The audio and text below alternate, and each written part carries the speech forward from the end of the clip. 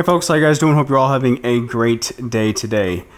I was hoping to publish an actual project video today, but I got it all done, got the project done, and was starting to edit the video, and I realized that there's just no good conclusion to the video. It's missing an ending, and I no longer have the pieces, so I've got to wait for the... Let me back up. I made two swingle trees for a Civil War ambulance carriage. So swingle tree is attached to a double tree attaches to the carriage. If you're not familiar with that, just Google swingle tree, like single tree, but with a W, swingle tree.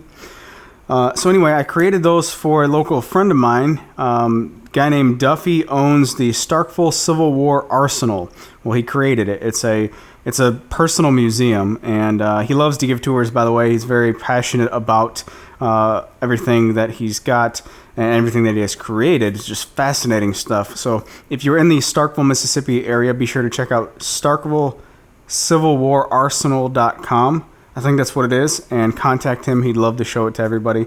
But anyway, we did some bartering, and my end of the barter was to create those two pieces. I created them. He has it now and is going to assemble it all and then put it onto the carriage.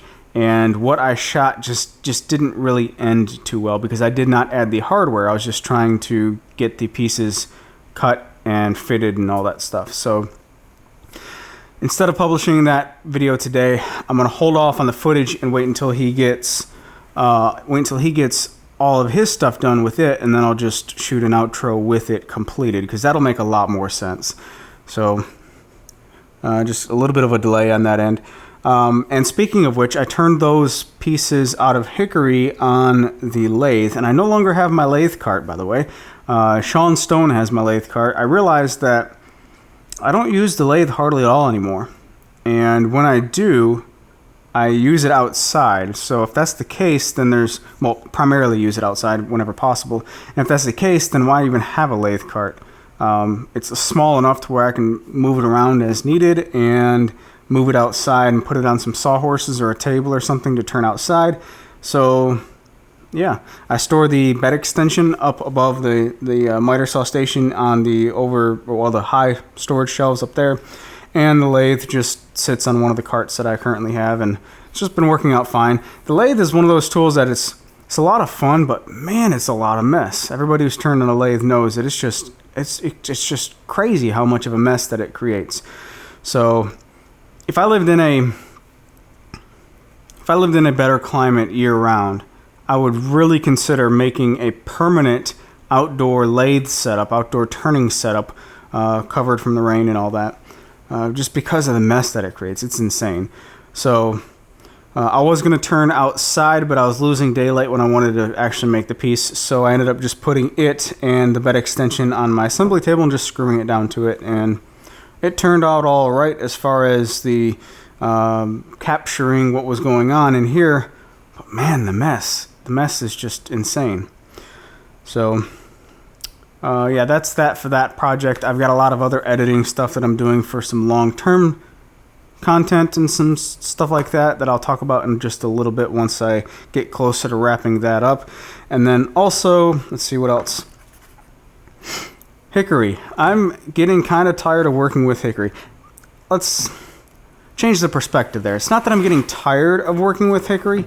I have no problem working with hickory. I've worked with it enough to where I'm comfortable with it. But switching from hickory to something else like walnut or poplar that I've been messing around with lately has just been insanely so much easier. It's like running and sprinting, training with ankle weights on. You get used to those ankle weights, and then you take those ankle weights off, and it's just like, oh my gosh, I've got wings. I can fly, you know?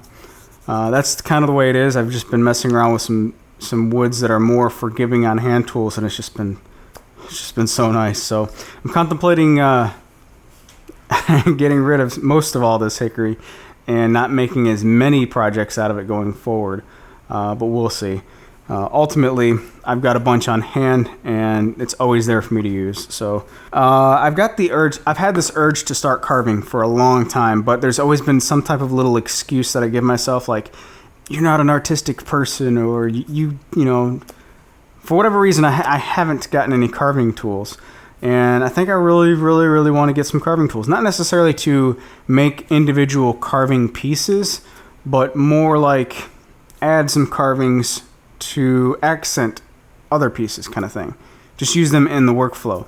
And I don't know which ones to look at, which I have zero experience with carving chisels. So I'm asking all of you out there, if any of you are experienced with carving chisels or have some experience, shoot me with some information or point me in the right direction, and let me know if you have any recommendations on the actual on an actual set of carving chisels.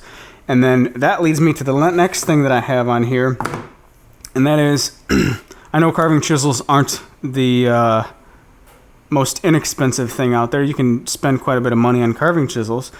So I would much rather, instead of spending money out of pocket, I'd much rather sell something that I never use in order to fund another venture, I guess, in the woodworking. So reallocate some resources rather than spending it out of shop budget. And I've had this thought for the past like 5 or 6 months of, you know what? I barely ever use my Festool Domino or the dust extractor, the shop vac. No, dust extractor, CT26.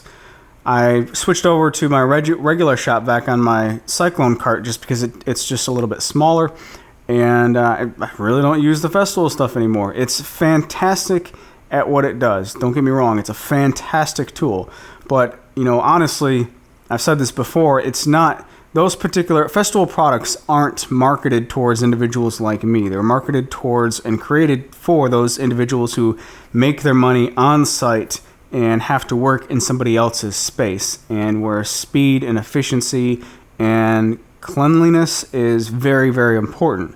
So for me, when I bought them, it was more of a splurge purchase and more of a, let's find out what all this stuff is all about and taste the green Kool-Aid. And don't get me wrong, the green Kool-Aid tastes fantastic, but sometimes you just prefer another flavor. So the way I look at it is,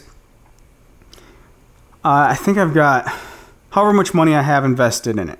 Let's just say $1,500, which I think it's a little bit more than that because all the crap that I bought from it, which sounds so crazy to say. But if I had that money sitting in front of me right now, would I buy the Festool Domino and the dust extractor, or would I be more inclined to buy something else? And honestly, I wouldn't buy it again. It's a fantastic tool. It does one thing, and it does it very, very well. But I don't put that much emphasis on making mortises that fast. And it is a problem solver for different situations, but if I had to buy it over again, I just can't justify the cost. It's just crazy. So I'm thinking about selling my whole Festool setup and reallocating those funds into something that I'm more interested in right now. I don't know if I'll sell it. I'll try to sell it locally or try and sell it on eBay, which I'm shying away from eBay because the fees are ridiculous. The fees are ridiculous on eBay, and I just don't want to go that route. But anyway, I just mowed my lawn and I need a shower, so I'm going to get off here. You guys take care. Have a great rest of your Sunday, and I'll talk to you next time.